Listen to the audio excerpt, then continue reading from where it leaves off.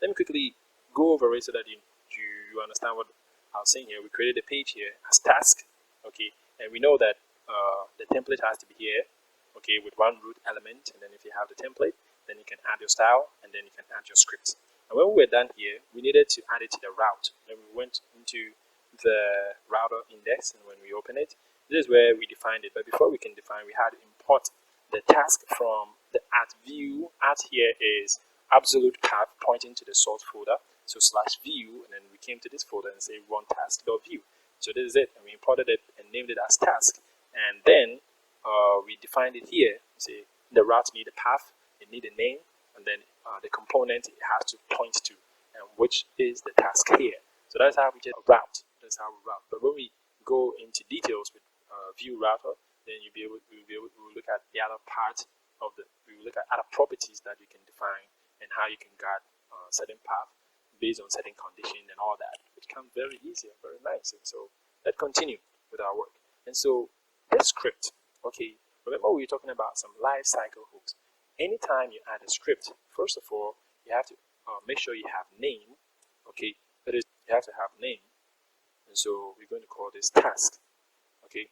And then anytime you want to add any new property, look, take this is an object, okay. It will be exported and added as a module for the task view as a component. So these are properties inside the script. And so the first one we're going to add is name, and then the second one we're going to add data.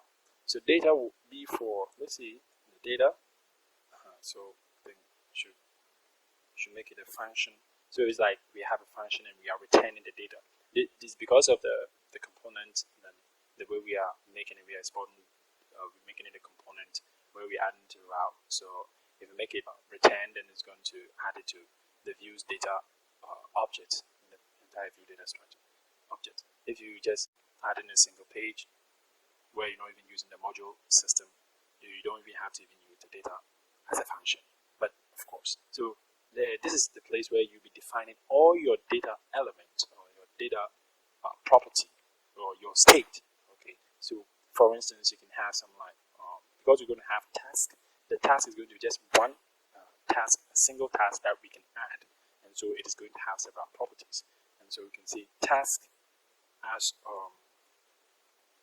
an object, and then when we have a lot of tasks, then probably when we load a lot of tasks, then it has to be assigned to another data or variable. So we're going to do tasks, and that is one is going to be an array. And so we have the data part, so for name, data, so this name will be used for this component, and then comma. You can go on and add more and more, but these are the ones that you'll be using a lot. Mounted, this is the lifecycle hook I was talking about. If you are doing mounted, you have to do it this way, or okay, fine. There is it, mounted. Okay, now let's check what you'll be using the mounted for. Let me see if there's code, if there's any. Yes, I thought so. It's a 9 error, flexible, really. Expected indentation 6. Expected indentation of 6, but I found 12. Okay. It's from 63. Really?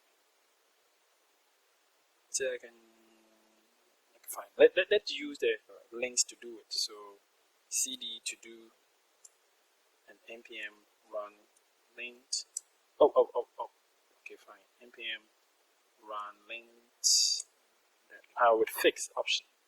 Should use fixed option. I didn't add a fixed option. This is the reason why I want to correct it manually. Okay, it is done.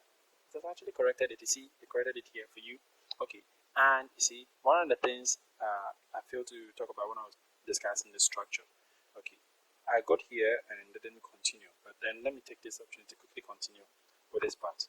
So with the folder that we went through, we've seen the node module, the public, the source, and then remember we added testing, the motion plus shy, and that unit testing, this is where you'll be doing it. Okay, and so this is where if you're done with your implementation, you have to write your test script for your view. This way you'll be doing it under this structure. And then you remember that we said we want to keep all configuration files separate from the package.json file. And so we have the editor's configuration here, the ESLint. We have, this is ESLint configuration. And so these are the rules, okay? And then override this file and all that, don't worry. And we have git ignore. If you're going to initialize git repo for this project, then that's what's going to happen. And the Babel configuration. This is the Babel configuration. It has been kept separately, not part inside the JSON file. And then you have package.json. Don't worry, this one and this one, they may look the same, but package.json, this is the one that contains everything about your project, the name of your project, the version of your project, and if it is private, this one, if you're going to publish it out there, for instance, if you're going to make it a reusable component and publish it in maybe the npm.org. If you make it private, you're the only one who's going to use it, but of course, when you make it false, then it will become public and people will be able to access it as well, which is a good thing to do, to share and give back to the community. And the CLI makes it very easy for you to be able to do that. Remember, when we are running our application, we use npm run serve, and so the run serve, okay, is running some script, and this script that is going to run is serve, and this serve is run is already showing run script. So when we type npm run, the next command that we add is serve, and so it looks for the script inside our packages.json file, and then look for this command. So the npm run serve is actually pointing to view CLI services as serve, but we can type this whole thing, and therefore npm run serve is the easiest one. And we're going to build a project, we'll type npm run build, and then the one we just did is lint, npm run lint, which is view CLI service lint, which linted it, and then we're going to do test2. This is how we do it as well. And you have dependencies. Okay, these are the libraries that your project depends on. Okay, and when you build your project, these ones are going to be part of your project. And you have dev dependency. These are the development dependency. As you develop in your project, you depend on these ones and ESLint and all of these things to be able to get your project developed. But when you are done with when you're done and you build, these are not going to be part of your project.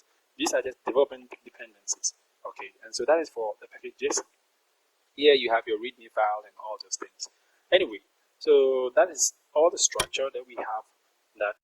So that's basically an overview for the structure.